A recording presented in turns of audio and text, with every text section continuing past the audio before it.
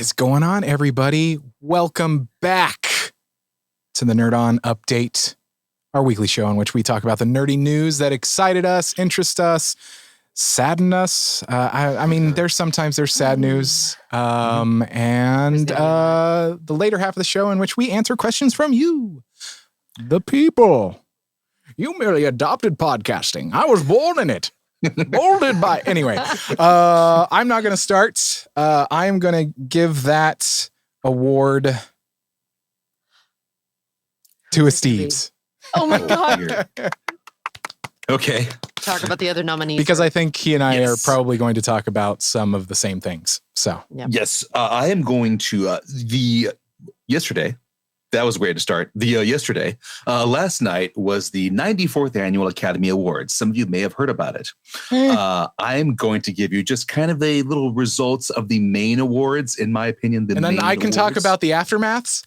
Yes. Yay. Yes, I get the stuff that I nerd out over, and then we talk about the stuff that hit, the news. Yeah, the memes. So I'm going to go over the 4 actor awards, the 2 writing awards, the director, and the best film. So, do it. First off, Best Supporting Actress went to Ariana DeBose from West Side Story. She won Best Supporting Actress. Funny because she played the same character that Rita Moreno played in the original, which Rita Moreno won the Oscar for as well. So the character continues. They join the list of Marlon Brando and Robert De Niro, who both played Michael Corleone in the Godfather series, and Heath Ledger and Joaquin Phoenix, who have both played Joker on film. So now Rita Moreno and Ariana DeBose joined that list of actors who played the same character and won Oscars for them. I did not know that. Little tidbit for you. For Best Supporting Actor, it went to Troy Kotsur from the film Coda. He is first deaf man to win an Academy Award. The first actor, of course, being Marlee Matlin, who won it in 87 or 88, I believe. So he went up there, and she was in the movie, right? She played his wife in Coda. Yes. Yes. And it was so great because when they're about to say that he won, right when they say his name, he doesn't know until everyone turns and looks at him and starts clapping. And his face is like, he has this, oh my God, like this whole look to him, like really, and he gets up. It was so great. He went up there, he gave his speech with an interpreter. It was a beautiful speech. He had joked about how he was going to the White House and telling the president how to say bad words, and he's being told not to do that for the Oscars. So he didn't do that. He had a great story about his father, who was also deaf and was paralyzed from the neck down, so he couldn't sign. And it was a great story about his dad. It was fantastic. Great speech. Moving on to Best Actress, it went to Jessica Chastain for her role as Tammy Faye in The As Tammy Faye, which she killed it in that movie. Yeah, she did. It was fantastic.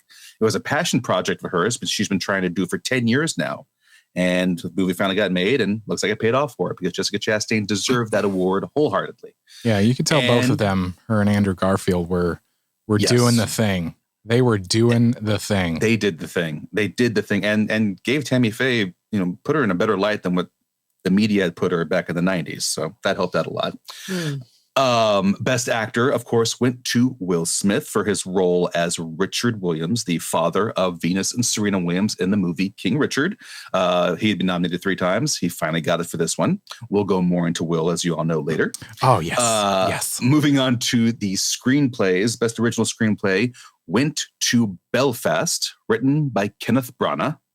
He's been nominated multiple times in the past. He finally won for this one, which is loosely based on his life growing up in Northern Ireland. And Best Adapted Screenplay went to Coda, which was written by Sean Parker, I believe is her name. That's her last name, Parker. But the Sean is spelled S-I-A-N. So I was like, is it Sian? Sean? I'm an asshole. No. Celtic is a very strange language, my friend. It is a strange one. So Coda wins Best Adapted Screenplay there. Best Director went to Jane Campion for directing of The Power of the Dog.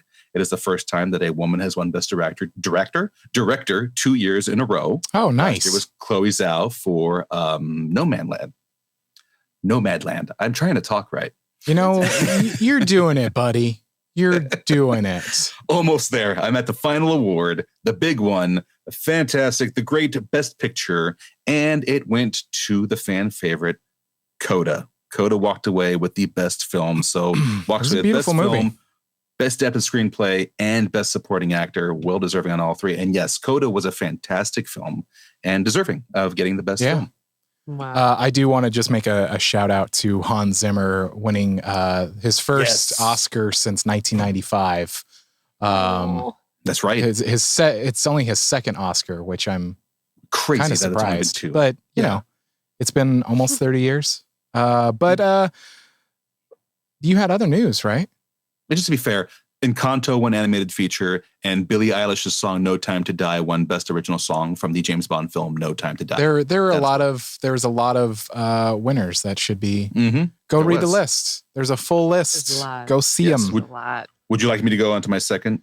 How about I continue, because my news is related to the Oscars, because there was some aftermath. There was so I don't really watch award shows.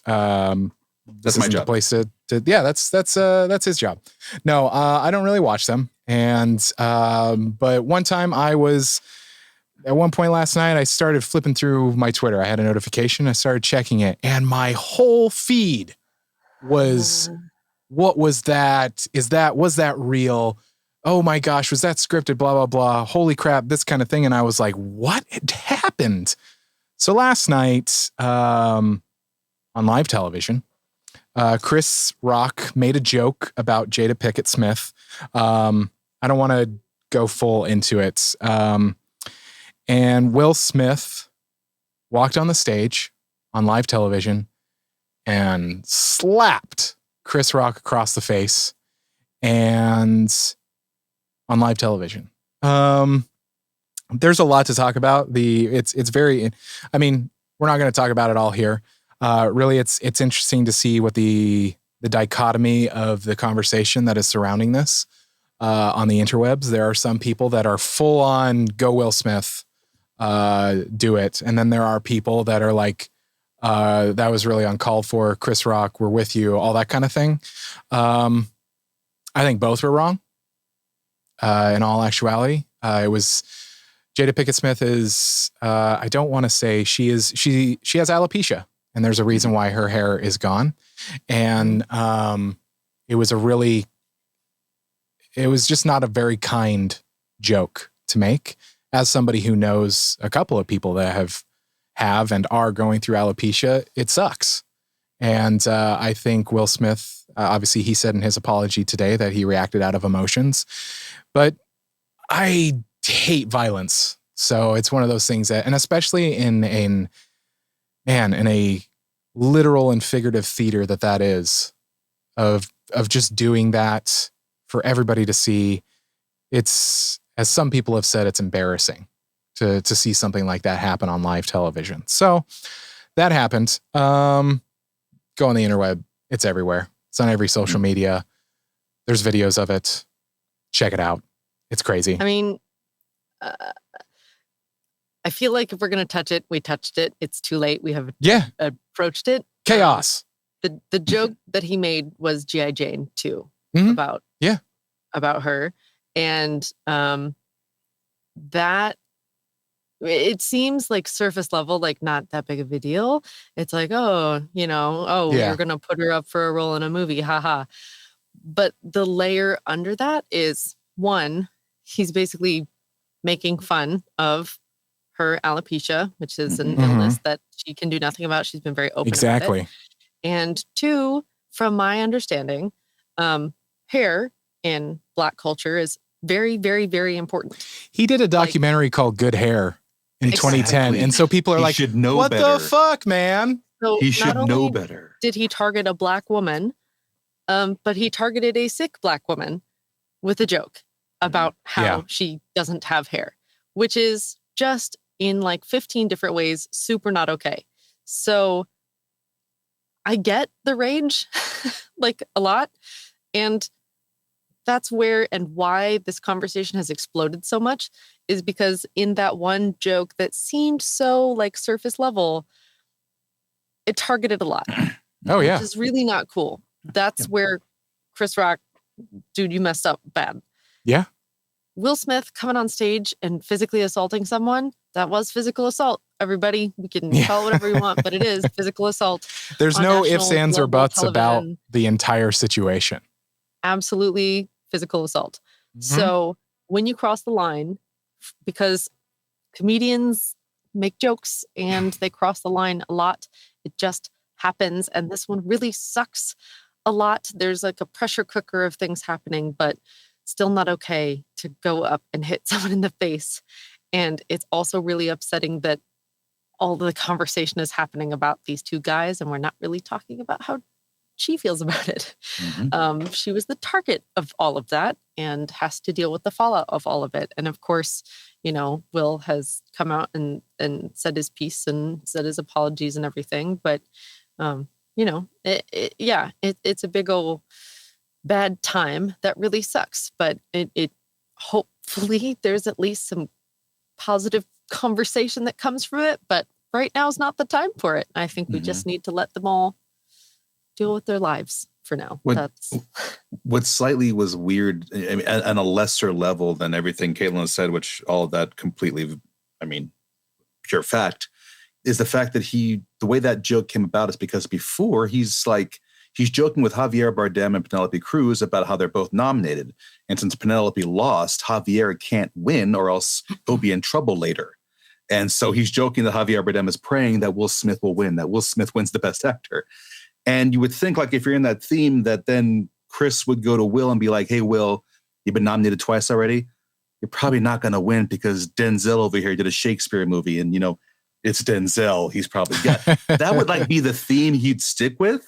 So it was just odd that he went right. He jumped over Will and went to Jada and told a joke that is what? A 30-year-old joke that doesn't even really hold up anymore because women go into military and don't shave their head anymore. It was like he went back to the 90s for a joke that was barely funny back then. And then you add in the truth about Jada, which just made it even worse. Yeah. I feel like I know that everyone processes events like this differently. Every time I've seen someone meme about it or something, to me, I'm just like, what are you doing? To me, that's not my method to process what this situation was. So I'm just like, I don't want to see it. I'm going to mute Will Smith for the next 3 months. I don't want to see him in my feed.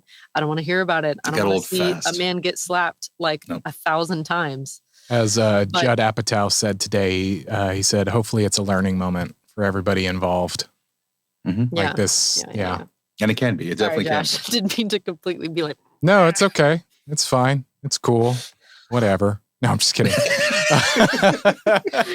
That's just like turning the guilt to like 50 today. No, defeated Josh Tone. It's all good. Whatever. It's fine. It's great. It's fine. It's fine. The next part of my news, another little something that came out of the Oscars. Last night, Halle Bailey, Lily James, and Naomi Scott were giving out an award, and basically, the writers had written a joke that had belittled animation.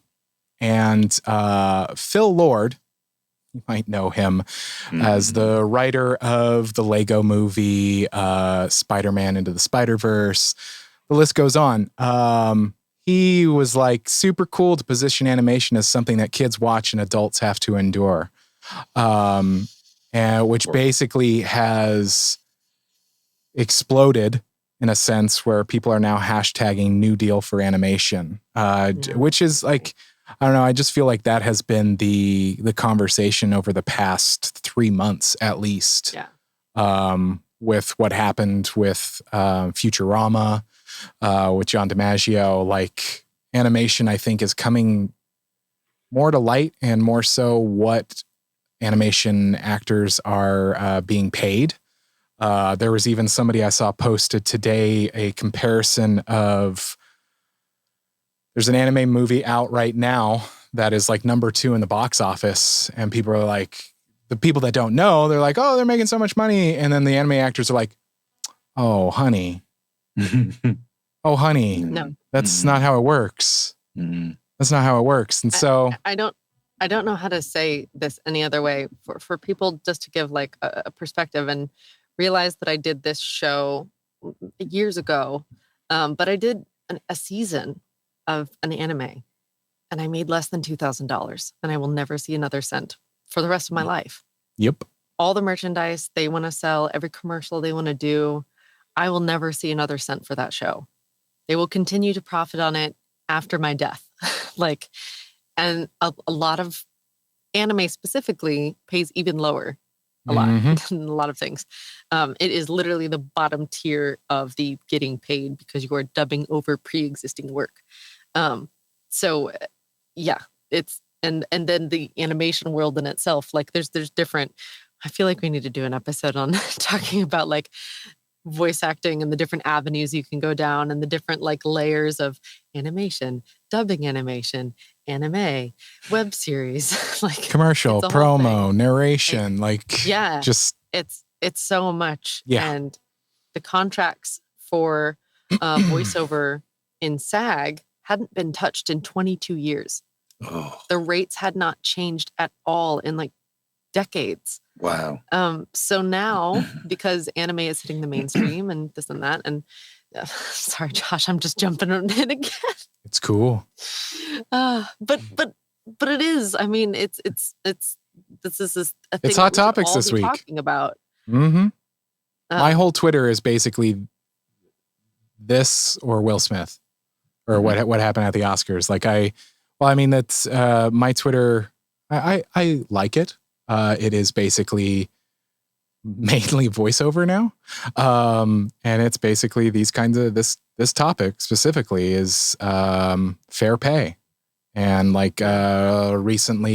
the past couple of days, I've been seeing several people being replaced on the show. Is it Miraculous Ladybug? Yeah. And it's fair pay. It's all, some of those actors are making a stand. My kids watch that show. Yeah, there's Ladybug and Cat Noir. Yeah. So, okay. Josh, you wanna? No. It was just me as an example. It is on the meeting agenda, so to speak, of Twitter. It is everything is this. People are talking about it, and the thing about it is that people make assumptions of what it is, and it's really not that. And so anyway, that's my news. It's a lot. Yeah. It's a lot. Pretty much. Not to mention Foo Fighters. Oh, gosh. Oh, God. That's right. Yeah. Very sad. I don't even want to talk about it. That's okay. I don't want to talk about it. If you know, you know. If you don't, I'm sorry when you find out. Yeah.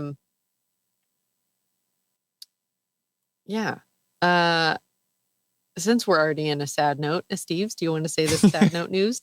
Yes. I can round us out. What a week. Probably actually kind of more a little sad news.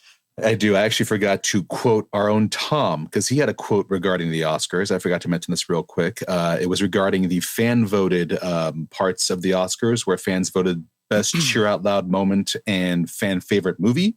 Cheer out loud went to The Flash's scene in the finale of Zack Snyder's Justice League. That tracks. And fan favorite movie was Army of the Dead, starring Dave Bautista. Both are Zack Snyder movies. So our own Tom, the DC boy, sent me his quote that he still got in the show. He still got in the show. Found his way in. I would not be able to live it down if I did not say this. He texts me at odd hours. Here's Tom's exact quote. Daddy Zacky Snidey won 2 times with Oscar fan favorite with Army of the Dead and Oscar cheer moment with Zack Snyder's Justice League. Of course, this was fan and internet voted, but it should say something to hashtag restore the Snyderverse when you have a following so active they get a single director into the Oscars. Yes, he did actually text me, Daddy Zacky Snidey. No, I didn't doubt that at all. I text with Tom. I talk with Tom. He totally said that. Yeah. Exact quote. He totally said that. So there you go, Tom. I got your quote in there. We have a lot of news tonight. We did not plan this. So hey. You know what though? Sometimes there's just a lot to talk about. There's a lot to talk about. That's okay. Now to my sad news. Okay. Which explains the t-shirt I'm wearing for wrestling fans out there. On the weekly segment, This Week in Wrestling with the Azorian one. This Week in Wrestling. Triple H, real name Paul Michael Levesque, who has been a legend in wrestling and is currently, I believe, the COO or head of creative with the WWE. He sat down with ESPN's Stephen A. Smith and discussed an illness he suffered a few months ago regarding a cardiac issue. Oh, no. He was rushed to the hospital, and Triple H went into detail that he was suffering from a pneumonia. And at one point, he was coughing up blood. So, and his wife, Stephanie McMahon, she noticed, and they got into contact with someone and they rushed him to the hospital. Now, according to the way he described it, a normal person's heartbeat goes to like a fracture of 55 to 60. That's the number you're at. When he got to the hospital, Triple H was in the low 30s. Oh, damn. As hours went on, he got into the low 20s, and he at one point hit 12. He was nosediving fast. Damn. And they were able to nurse him back. He got back. He clung on barely. He's fine now. And he realized that after everything he's been through, when he got home and saw his three daughters, who are 15, 12, and 10, I believe. It's the first time they've ever seen their dad, the game, Triple H, in this sort of, pain and the state. And he announced on the show that he, as far as it goes for in-ring performing, he is retiring from the ring. He is no longer going to be wrestling.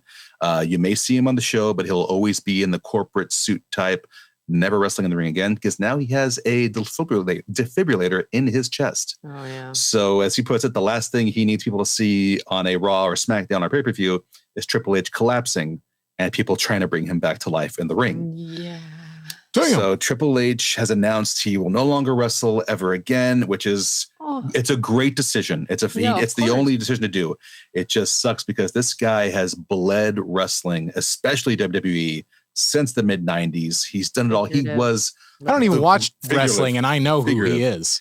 He was at one point the greatest heel in the business. Like he made life hell for Stone Cold and The Rock, and they put on some amazing matches. And again, he's one half of the group I'm wearing, G-Generation X. Oh.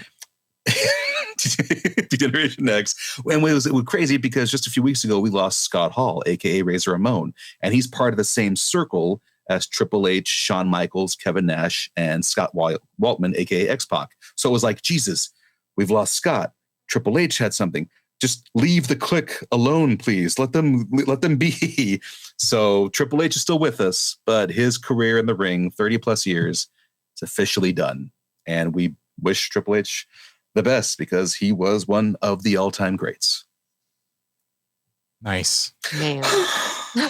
Are you going to go fetal now? Glad he's okay. I'm glad he's okay. Yes. I'm just going to go relive his horrible villainous career. WWE BS where they were like, you gotta go. Oh, no. And I'm just just like not that, happy that he's whatever, man. Come on. He's put himself. He chose it. Yeah, it was on his terms. It's not the way he wanted to end his career, but he knows it's the best thing to do. He is one of the future idea guys for this company when the time comes where there's no longer events. It's going to be Triple H and Stephanie running things. Yes. And a lot of people are excited about that because he's a genius when it comes to wrestling stories, wrestling characters, and new ways of doing things. So yeah, a Triple H world as him as just corporate is just fine. Yeah. Oh, buddy. What about you, Caitlyn? What's your news? I feel like you guys aren't going to be very happy about what I'm going to say. I was already sad. So last time I was on here, I came in with news about Crunchyroll. The last time I spoke on the update. So Crunchyroll and Funimation and Wakanim are all now merged. Crunchyroll acquired Funimation and Wakanim, so all animation is now going to be under all animation from them anyway. It's going to be under the all brand animation. They basically have a monopoly on anime now. Yep. Like Amazon and Netflix have anime too, but that's the Crunchyroll and Funimation. You just gotta want to go. You do, but so that was only announced on March 1st. Now, about 4 days ago, they announced that, and I apologize, I have read this article 4 times, and I'm still not totally sure what they're trying to communicate, but basically... Corporate speak. Yeah, they corporate speak real hard, and whoever wrote this, I'm not pleased. You don't speak corporatese? Well, it's not corporate. They're just kind of like not exactly saying, but they are. Oh. Basically, yeah. For the spring season of anime, the things that roll out, Crunchyroll and Funimation have done like free but ad-supported viewing. And they're not going to do that for everything anymore. So when simuldubs come out, so it's airing in Japan and in the US at the same time, on the same day, at the same, all that kind of thing. You normally could have watched it with ads. So it'd still be supporting the channel and everything.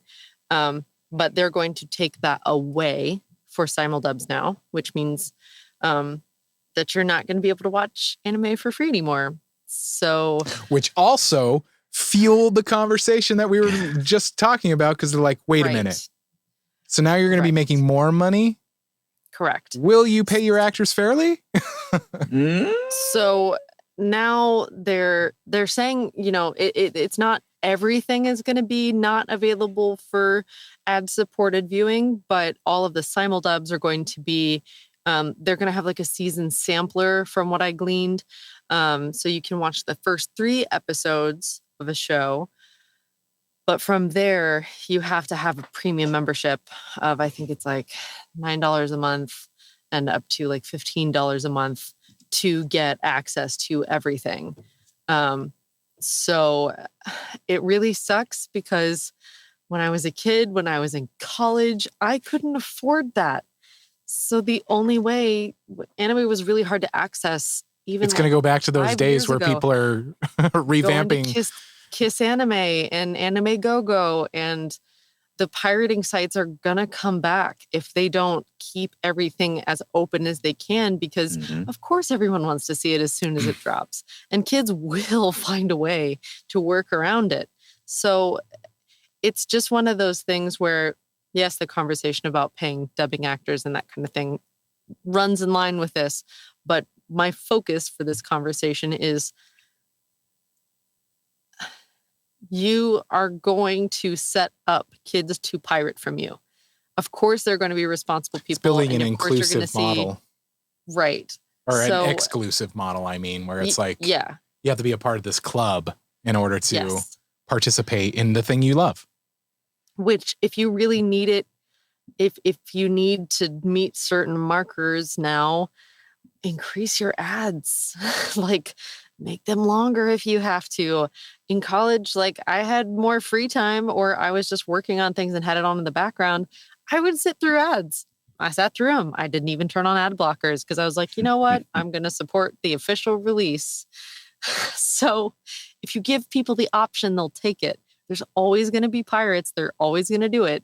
But it's better to try and have an inclusive model than an exclusive model. So I'm sure more information is going to come out. Maybe they're going to change because there was a huge public outcry about all of this. And there's so many conversations about anime and dubbing rates and everything else that are happening right now as well. But hopefully the new model rolls out and it's totally fine. I hope. Totally fine. Hopefully. Everything's going to be fine, everybody. Nothing to see here. Nothing to see here. It's fine. It's fine. Check out Tribe 9 every Monday on Funimation. We have a few more episodes. Oh, you still can. Coming out. I've been script supervising on it, and I voiced Manami Oi in it. Please support the official release. Please support. Please. You do you, but yeah. Please also support the show. Whenever you can. Please. We work so hard. So hard. Well, that has been the news. That's probably our longest news segment we've done in a very long time. And sometimes the world just pours in news. And, we say that we talk about the news that interests us or excites us or, it's, we out here doing the news. So next part of the show, we'll be a little bit shorter than normal, but we're still going to answer some questions from the people. And if you would like to submit those questions, go to nerdon.tv/questions. There is a melange of ways that you can submit your questions, including a Google form. There's an email. There's all sorts of ways. My favorite way is if you join the Discord, nerdon.tv/Discord. And my most favorite way is if you join the Nerd On Nation, powered by Patreon, nerdon.tv/Patreon, and you get what we call the Nerd On Nudge. And you get to support us and get a whole bunch of other really cool things. But you can ask questions like Jeremy M. Shout out. Melange. Trying to Google melange. Jeremy M. asks, if you were a Disney princess, who would your animal companion be and what is their name? Also, what is the name of your I Want song? I love it. I like that. I love that. I love it so hard.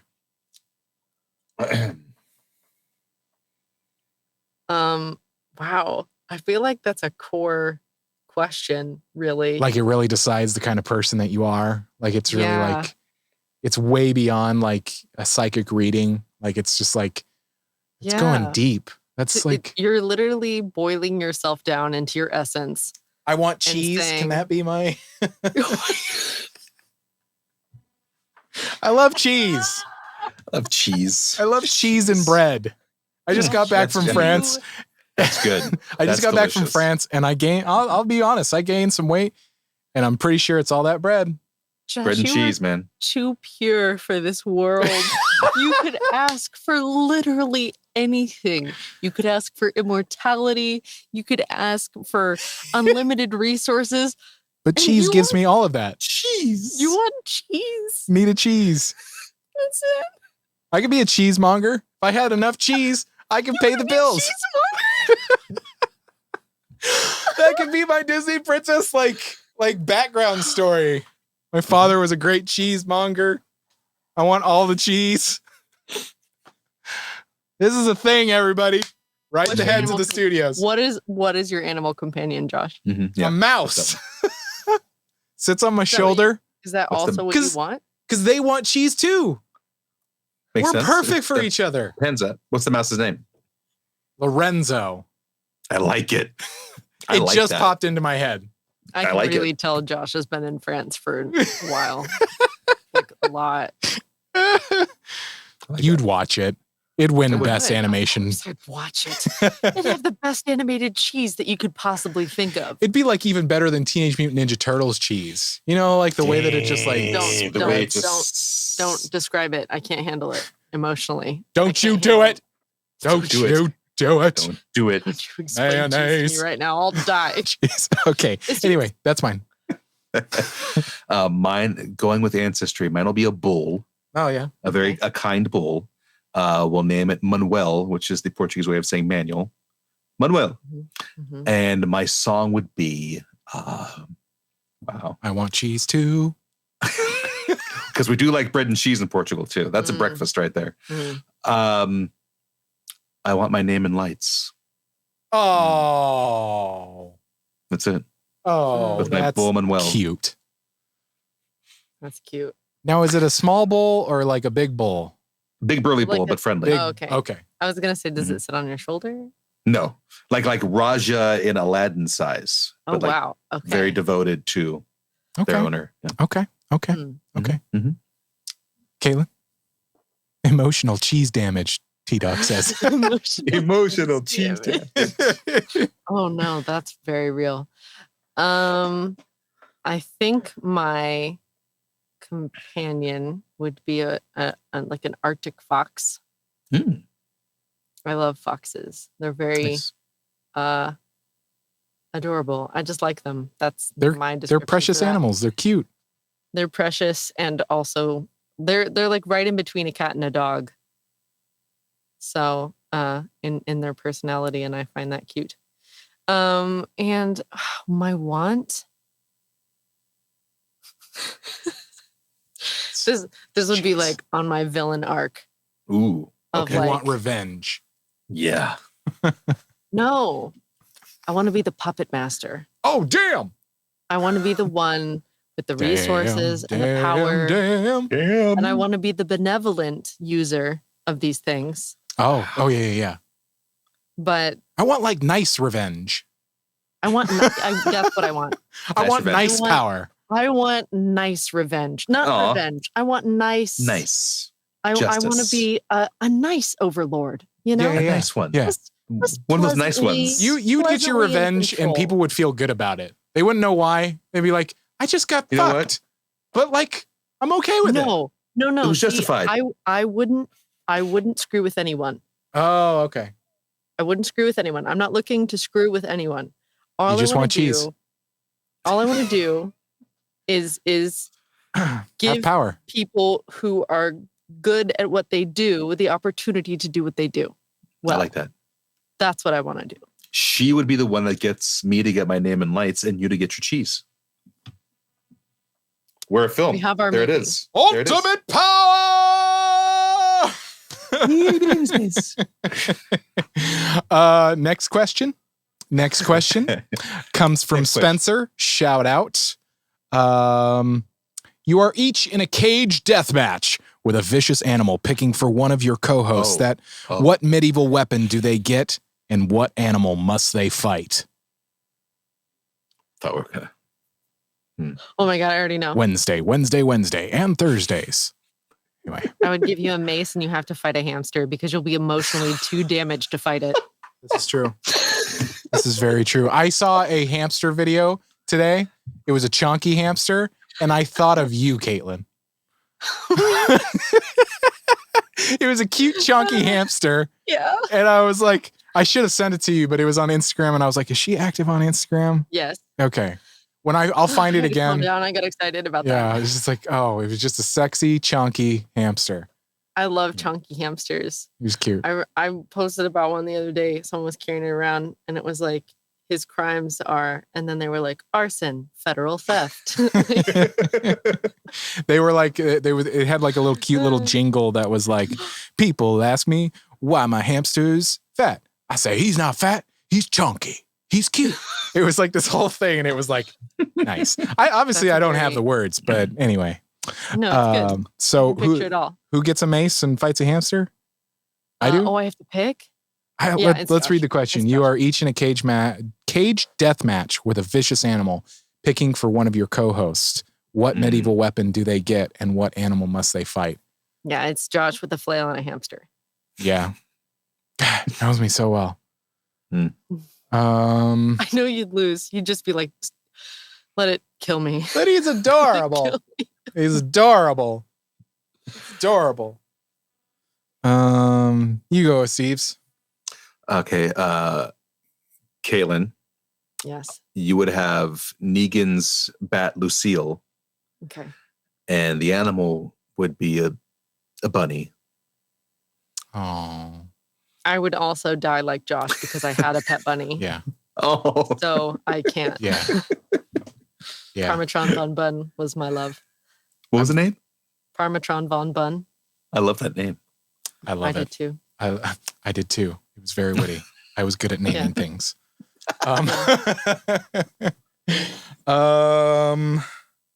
So it's me. And I feel like I got to pick for Esteves because you got to say, I make me suffer. Yeah. Feel like the weapon that you must have. It has to be a medieval weapon. Mm-hmm. Sword, axe, glaive, spear, bow and arrow, crossbow. What else we got going on? There's a lot, really. Yeah, no, there's a lot. Because I was going to say a butter knife, but that's not a medieval weapon. Wouldn't that suck? What animal must they fight? See, I don't know Esteves well enough. I feel like in terms of like, I feel like he would lose against a puppy. Yeah. I feel like he would lose against a puppy. Mm-hmm. And the weapon, just Steel like chair. because it wouldn't matter, like a dagger. It wouldn't matter what I gave you would still lose. Yeah. I could give you like the biggest, most chonkiest axe, and you would still lose. Yeah. Broadsword? He'd still lose. Yeah. I'll give him a broadsword. You may have a broadsword against the puppy. You'll still lose. These are facts. These are facts. These are facts, and I accept them. So, next question. I love that we've picked all cute animals and horrifying weapons. And we still lose. Yeah, somebody needs to animate this. Next question comes from S. Ranker. Shout out. I wasn't sure if I should post this here or on the game channel, but will we see a 4-player nerd-on co-op of the Suicide Squam? That's a new thing. It's not out yet. The Suicide Squad game. I'd kill, hit someone, say some very mean things for it. I don't know. Suicide Squad. The Suicide Squad is out here doing a thing. Okay. So when we play the Suicide Squad, we have to have all of us be assigned a character and be drawn as birds. So that we are the Suicide Squabs. Peacemaker. We the Suicide Squams. I want Peacemaker. You get Peacemaker. Squab. Like no, I said Squam. But we can be the Squab. Squab shows up. My squab. We just flying everywhere. So to answer truthfully, S. Ranker, I honestly don't know. And I wish I could say that yes, we will. But I do not know. The Nerd On is in a fluctuation, as you might know. We're going with the flow right now, and for everybody's own mental health and work-life balance, we're taking it 1 week at a time, to be perfectly honest, and just trying to make solid content and show up with our A game when we do. But that kind of thing, I want to say yes. Because we're not going anywhere. Yeah, we're not going anywhere. Like that's we're just reorganizing a little on the back end. Yeah, there's nothing like we're not going anywhere. It's just how we make content and what kind of content we make is kind of one of those things that we're like, Yeah. And we've just had to take a step back. I mean, it's there's no secrets.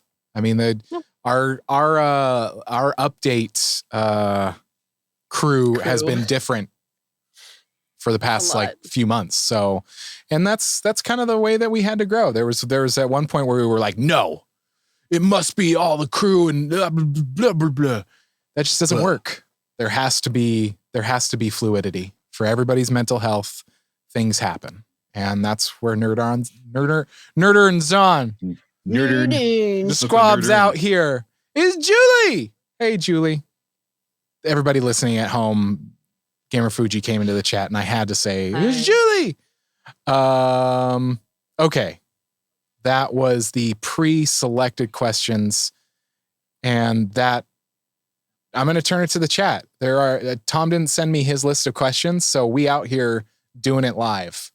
I think that we can do, I'm going to give 2 questions because we went pretty long on the news, but let's take some questions from the actual chat tonight.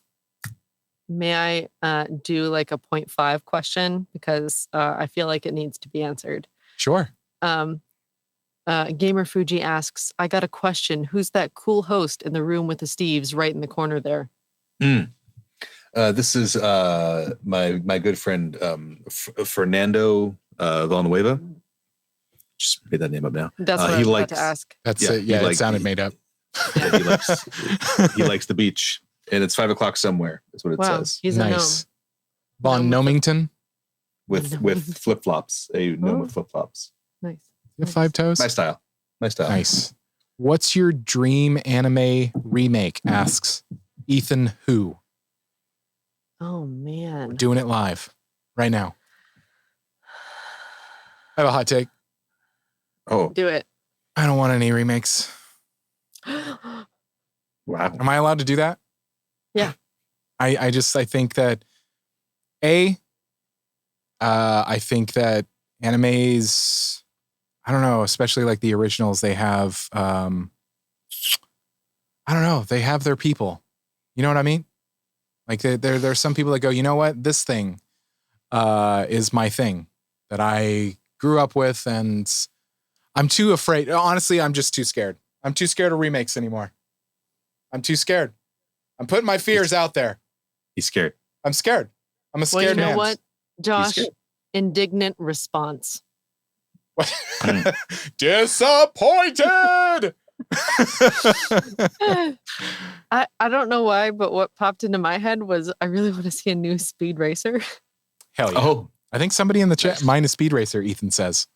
Oh, really? I love That's it. Funny. I love it. I was just thinking about what anime would I, and I was like Sailor Moon, but Sailor Moon got remade. So, and then Fruits Basket got remade. That's the thing. It's like, it makes me scared because it's like, there are some that you're like, no, that's perfect. If anything, maybe, no, I wouldn't even want that. Like it's, you can say it. Baccano we did on this show. Oh yeah. Like I liked it, like my third time viewing, because it really did take 3 times to watch it to understand it. Maybe like remake it and maybe spread out the stuff, like spread out the information, because there's a lot that goes on in that show that you can be like, oh shit. And I know that that's a part of its love and appeal of what they did with the storytelling and all that kind of stuff. But I think that it almost like lost me completely. Like I was like, fuck this show. But I kept going and I love the show. So it's a really cool show, and I enjoyed I enjoyed it. No, I'm a little nervous about remakes and prequels these days. I'm a little spent because there's just going to be more and more and more and more and more and more. It's just like the other day I read about a prequel and I was like, I was like The Office. No, I don't need it. I wasn't interested. Anyway, I'm sorry. What about you, Esteves? God, the only anime I can think of that's in my head that I know had a bad version made of it was Death Note. And I would say remake that one better than the other remake that came out. So scratch the remake and then just do an actual remake of the okay, got pretend that one. We're really good lately with pretending like certain movies didn't happen. Yeah. Just pretend like that one didn't happen. Yeah. And just start over. Oh, you mean like the Netflix remake that they did? What are you talking about? What are you talking about? I don't know what you're talking about. Which one? Gaslighting's not a thing. You're crazy. God. No, get out. To remake the live action of Full Metal Alchemist so that an ending changes so that a character I voice can come back. You know what? I get it. I understand. I like it. I understand it. I think Anyway. I think that's it. I think that is it for this week's updates. Okay, well, I'm gonna throw it out there because I'm gonna give B-Rad this. He came in like he submitted this question as I was saying my thing. Question. This comes from B-Rad. That's what I call him. Bad reprint in the chat. Question: Esteves has to dye his hair an outlandish color, or Josh and Caitlyn have to dye their hair back to natural colors. What competition do you use to decide who does what, and who do you think would come out on top? I would suggest an audio mixing off and knowing that Josh would win, and I would tell Esteves that he has to dye his hair pink. I'm probably going to redo my blue soon. Puppet Master. I'm not even involved in the competition. It's just a known winner against someone who's not an audio engineer. I'm not going to win. Josh is like plugging away, and I'm like, do I hit shift? Hold on. I mean, that's a part of it. That's a part of the key command. I do the old man glasses. Hold on. What's good? Actually, I win. Pink it is. I win, and pink. I dare you. I triple dog dare you. Oh. Damn. He's got a big no. Like he's got no, that's not happening. No, it's not. Well, never dyed my hair. No? No, never have. I'm rocking the. Oh God, look at that. See that? You got some salt and pepper coming in? Trying to get pinked. Oh man, that's like you're just making the job easier. Yeah. You're just like they spend the first hour just bleaching all of the color out. Yeah. So you're like you're almost there. I'm almost there. You're almost there. You're almost there. Well, join it. You guys like this, like Lost Boys. Join us, Michael. You're one of us now. Join us. You're the only one of us who has. It's okay, Michael. Yet. All right. Well, that is the update for this week. Everybody at home, thank you so much for listening. If you are on your favorite podcast app, we are everywhere podcasts can be heard. So wherever you're at, stop by, rate, review, share us with your friends and family. I know that where you are listening has a share button. Mm-hmm. Press that share button and share it on every social media that you do.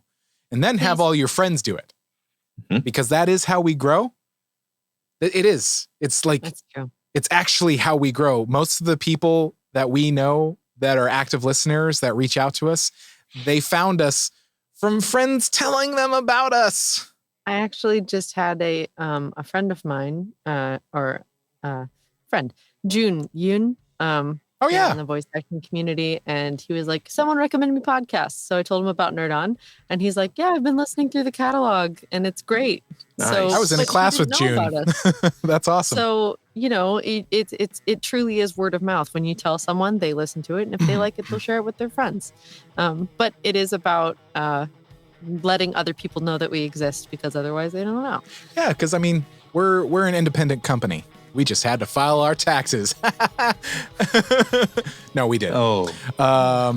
We just, we're an independent company, and everything that we do really relies on us and our audience. So share it. Share it with your friends and family.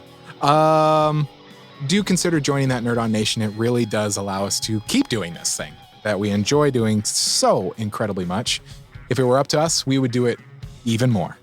Check out our website, nerdon.tv. It has our entire catalog, which is literally hundreds of episodes. Hundreds. And not all of the podcast feeds have all of those episodes available. And a huge shout out, go check out our YouTube. All of our episodes go to video, so check it out. Caitlyn's lights just went out, and I guess that's our cue. We're supposed to just end the show on that. But thank you for watching. Thank you for listening. Thank you for being you. Take care of yourselves. We heart you. You know the drill. As always, Nerd On. Nerd On.